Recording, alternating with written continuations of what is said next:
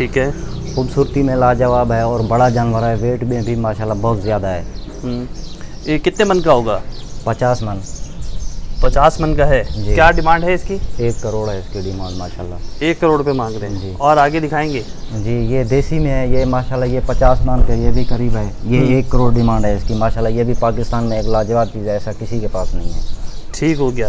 तो इनके तो थोड़ी सी खुराक के बारे में हमें साथ साथ बताएं और आगे जानवर भी देखते हैं। क्या खिलाते हैं इनको आप लोग? अल्हम्दुलिल्लाह हम ज़्यादातर देसी खुराकें खिलाते हैं। हमारे पास अपने प्लांट लगे हुए थे, हम प्रोड्यूस खुद करते हैं। ठीक है। तो जैसे चिकन में इनको, चिकनाई में इनको हम दूध वगैरह पिलाते हैं, वो भी इम्पोर्टेड दूध, इंशाल्लाह वो सही हो जाते हैं। ओके, ठीक हो गया। अच्छा, ये वाले जो जानवर हैं इनकी मोटी मोटी प्राइस बता दें, इसकी क्या प्राइस है और इस वाले की क्या प्राइस है?